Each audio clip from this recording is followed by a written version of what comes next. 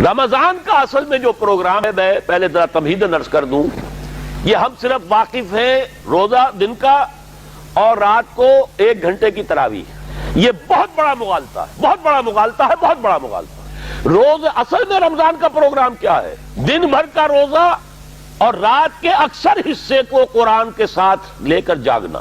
اب یہ رات کا کھڑا رہنا، اس کی کتنی مقدار ہوگی، کہاں سے معلوم کریں گے؟ قرآن سے۔ جب یہ لفظ آیا ہے سورہ مزمل میں، یا ایھا المزمل قم اللیل الا قلیلا نصفہ او انقص منہ قلیلا او زد علیہ ورتل القرآن ترتیلا، یہ معنی ہے اے لحاف کمبل میں لپٹ کر لیٹنے والے، کھڑے رہا کرو رات کو سوائے اس کے تھوڑے سے حصے کے، یعنی آدھی رات یا اس میں تھوڑا سا کم کر لو، جسے پھر کہا مفسرین نے 1/3 رات کم سے کم، اور زد علیہ یا آدھی پر بھی کچھ زیادہ کرو، یہ 2/3 رات ہو گیا۔ ورتل القرآن ترتیلا، جیسے قرآن تھوڑا تھوڑا محمد پر نازل ہوا صلی اللہ علیہ وسلم، ایسے ہی تھوڑا تھوڑا تھوڑا قرآن اپنے اندر اتارو، ہیمر اٹ ڈاؤن، اپنے ذہنوں میں اتارو، اپنے قلب میں اتارو۔ اس کے لیے رات کو کھڑے رہو، اور قیام اللیل کم سے کم 1/3 شب کے اوپر اطلاق ہوگا، اس سے کم پر تو اطلاق ہے ہی نہیں۔ اس کے لیے جو ہم نے نظام بنایا ہے، غور کیجئے، یہ میں کہہ سکتا ہوں یہ طرز خاص ہے، ایجاد میری، جیسے کہ حفیظ نے کہا تھا،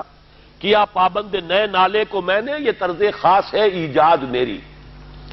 یہ دورہ ترجمہ قرآن کا جو ایجاد کا معاملہ میں نے کیا، کہ ہم نے کہا کہ 4 رکعتوں سے پہلے بیٹھ جاؤ، جو قرآن ان 4 رکعتوں میں قاری صاحب یا حافظ صاحب سنائیں گے، پہلے اس کا ترجمہ سن لو، اس کے کچھ مختصر معانی سمجھ لو، اس کے کلام کا ربط ذہن نشین کر لو، اب کھڑے ہو جاؤ، اب سنو گے 50%، 60%، 70%، اور کم ہوگا 40-30%، کچھ تو تمہارے سمجھ میں آئے گا کیا سن رہے، کچھ تو نزول قرآن ہو جائے گا آپ پر۔